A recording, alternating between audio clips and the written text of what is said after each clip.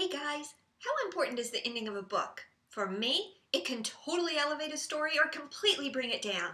I'll explain all coming up.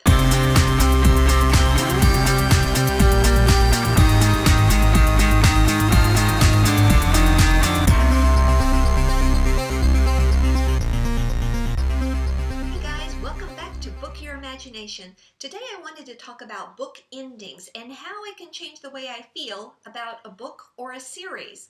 There are stories like the Reckoner series by Brandon Sanderson that are good from beginning to end, and the end reflects this. These aren't the ones I'm talking about. I'm talking about when you're reading a story and you feel a certain way about it, and then you get to the ending and it's like, oh my gosh, I can't believe that just happened, or I can't believe I waded through this story and that's what I get as the payoff. So I have examples of both the great, awesome kind and also the not so awesome kind.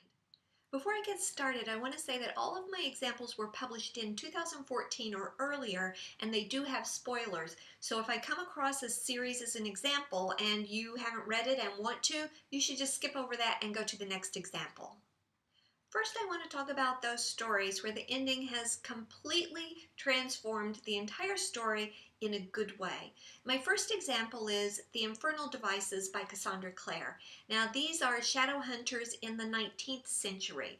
The author creates a triangle between Tessa Gray, Will Herondale, and Jem Carsdale. Tessa can choose only one of these guys, and she loves them both. She chooses Will, and while I'm happy for her and Will, he definitely deserves happiness, my heart was breaking for Jem, and Jem becomes a silent brother. So Tessa and Will live a long and happy life together. They have children, they have grandchildren, and Jem is part of their lives only as the rituals that the silent brothers perform for shadow hunters. Will gets old, he dies, Jem is there. Now, Tessa and Jem had agreed to meet once a year. So they have been meeting all of these years. It's been nearly 100 years, maybe a little more at this time. And the last time they meet is completely mind-blowing and amazing, and just it was the perfect ending for the story, and for me it just raised the story, the entire series, to another level. My next example is The Magician by GROSSMAN. Now, I've only read the first book in this series. It starts out very slowly, and our protagonist, Quentin, is depressed. So the book is kind of from a depressed point of view, and it's long, and it's rambling, and, I'm wondering, why am I even reading this? But some people on Goodreads encouraged me to stay with it. They said, really, it's worth it.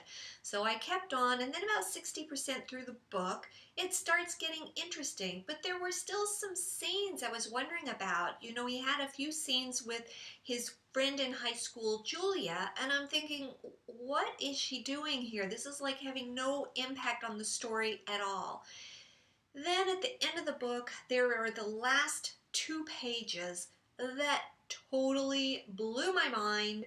Julia comes back into the story, and she's a hedge witch, and it was just like completely tied up all the strings and elevated the entire story to a different level. So I loved it, and I can't wait to get the second and the third books in this series. My third example is The Eye of Minds, which is the first book in the Mortality Doctrine by James Dashner. Now, I have read this entire series. The second book I thought was okay, and I hated the third book. But the first book was excellent, and the ending was like mind-blowing amazing.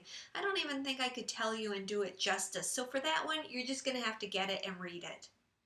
Now there are some examples of stories whose endings I think actually ruined the entire story. The first example is Atlantia by Ali Condé.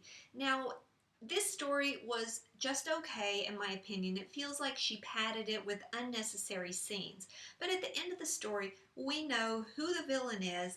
He murdered her mother, he murdered her aunt, a number of other people. He and the council members of Atlantia deliberately flooded a section of Atlantia, killing hundreds of people.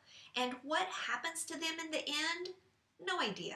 She totally leaves this out. We don't know if he's arrested, what happened to the council members, were they replaced, what did the people feel about this when they found out? None of this. He just is simply gone from the end of the book.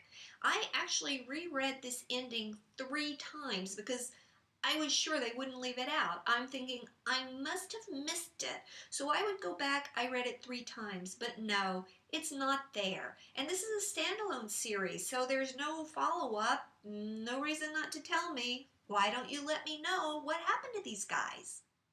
My second example of a series where the ending completely ruined it for me is the Stoneheart series by Charlie Fletcher. Now, the first book, Stoneheart, was written in 2006, so it's older.